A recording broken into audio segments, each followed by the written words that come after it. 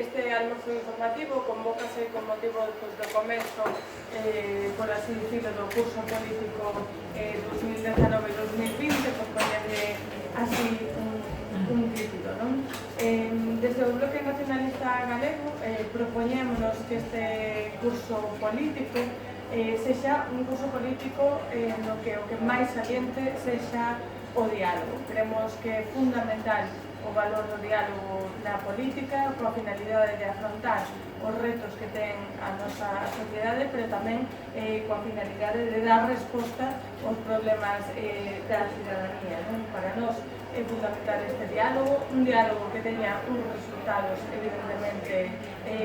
bons, non? Como foi ese acordo político de mandato o que chegamos co Partido Socialista e que nos temos a absoluta intención de que se concrete e de que teña os seus froitos durante este ano, non? Os acordos é fundamental que se cumpran, o diálogo é importante, pero é fundamental que se cumpran os acordos e, evidentemente, nos desde o Grupo Municipal de Belegar imos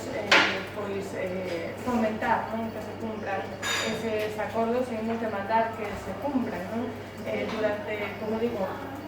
durante o mes de xuno chegamos a un acordo co Partido Socialista moi importante, no que se marcaban, ademais, datas, se marcaba que durante o primeiro ano de mandato se cumplise con as determinados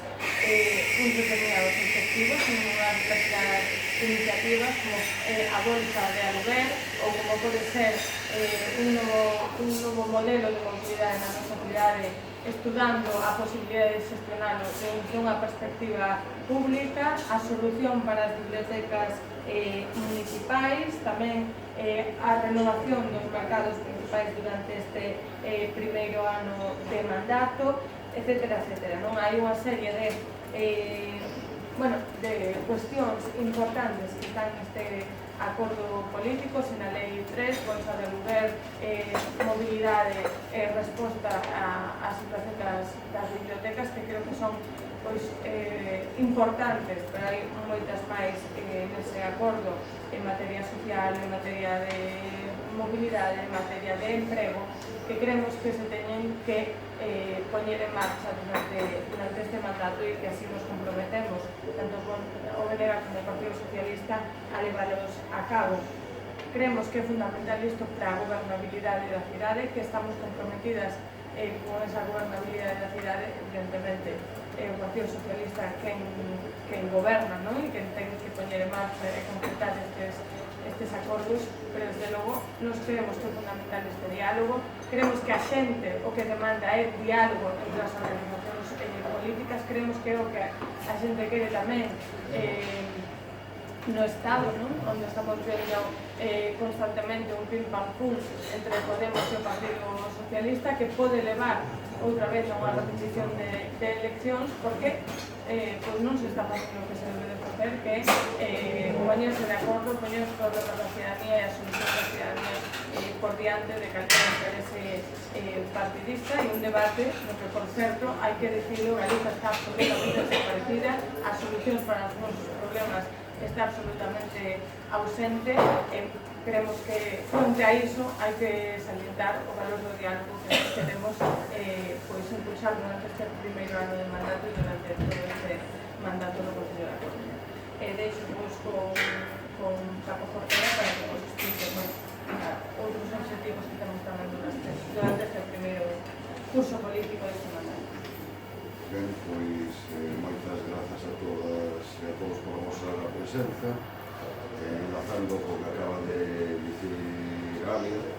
o diálogo ten que concretarse en acordos e os acordos hai que cumprirlos. En este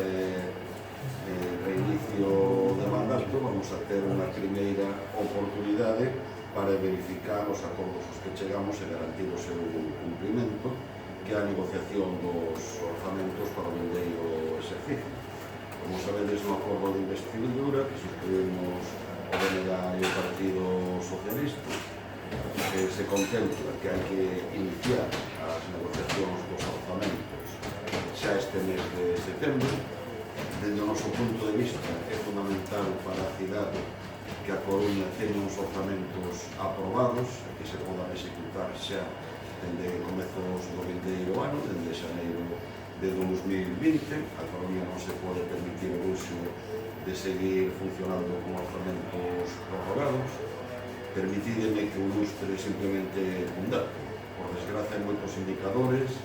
que apuntan a que podemos entrar nun período de recesión, nun novo ciclo económico crítico, e os orzamentos son unha ferramenta básica para que o Concello combata ese contexto de crise económica, apostando por a dinamización económica e a xeración de emprego. Hai máis de 50 millóns de euros de investimento directo que dependen da aprobación dos orzamentos. Por lo tanto, o primeiro aspecto clave para este clima de diálogo teña a súa concreción en acordos positivos para a cidade e a sociedade coruñesa son os orzamentos. O BNG ten claro cales son as súas prioridades para este mandato. Se me permitides que a resuma en grandes rótulos, a política municipal ten que servir para a dinamización económica e a xeración de emprego, ten que servir para a regeneración urbana, hai que apostar por un modelo de calidade urbana, as políticas sociais teñen que ser unha prioridade, hai que abordar o grave problema de vivenda que existe nesta cidade e hai que apostar por outro modelo de mobilidade. E todo isto ten que ter a súa plasmación xa nos orzamentos, porque os orzamentos é a ferramenta na que se plasman as prioridades na acción política de toda institución. Nese sentido, eu quero lembrar que no acordo suscrito entre o Partido Socialista e o BNG se contempla a necesidade na primeira metade deste mandato de aprobar un plan de inclusión social e de reformar a renda social municipal e a axuda de emerxencia social para melloralas e estenderlas a máis colectivos. Contémplase a necesidade de activar tamén a primeira mitade deste mandato un ambicioso programa social de vivendas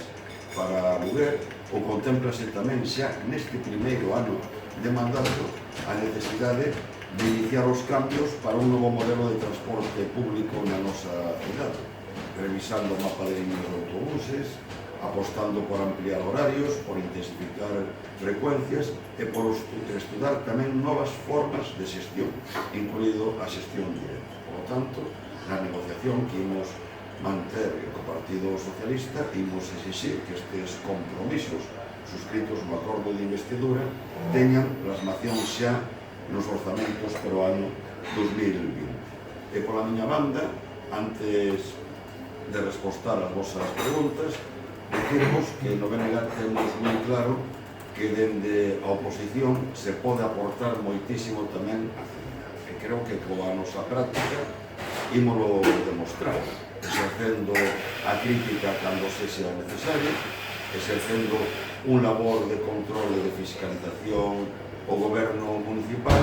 pero exercendo tamén políticas de impulso, presentando propostas, presentando alternativas, impulsando iniciativas que sexan boas para a cidade. Creo que no pleno ordinario, no primeiro pleno ordinario deste novo mandato, que se vai celebrar o vindeiro xoves, xa temos un exemplo disto. O BNG está promovendo que poida haber unha moción conxunta suscrita por todos os grupos municipais para que haxa un pronunciamento claro do Concello contra a política de deslocalización e centralización de servizos que está practicando ERRE, que está provocando o desmantelamento de emprego nas súas subcontratas e empresas auxiliares. Imos defender unha moción para que o Concello inicie as accións para demandar a restitución á cidade da Coruña, ao pobo coruñés da Casa Corrida, e para que se persone tamén na demanda interposta pola Abogacía do Estado para recuperar para todos o Pazo de Meirás. Imos presentar unha moción para que o Concello teña unha posición clara para opoñerse a que 3 vivendas que pertencían ao ISN, o Instituto Social da Mariña, sexan sometidas a subasta pública, porque entendemos que estas vivendas teñen que destinarse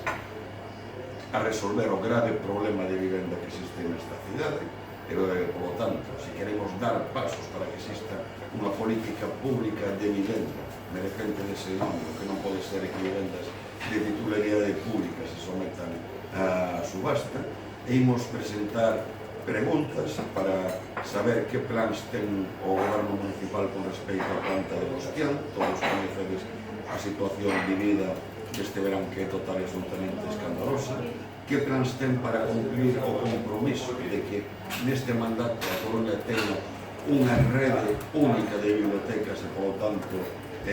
se municipalicen as bibliotecas cuxos servicios onde a prestación de servicio neste momento está concesionada. E imos presentar unha pregunta tamén para coñecer os plans do goberno municipal para activar este programa social de vivenda que consideramos tan importante para a cidade. Creo que esta vai ser a tónica do traballo do Lega ao longo deste mandato,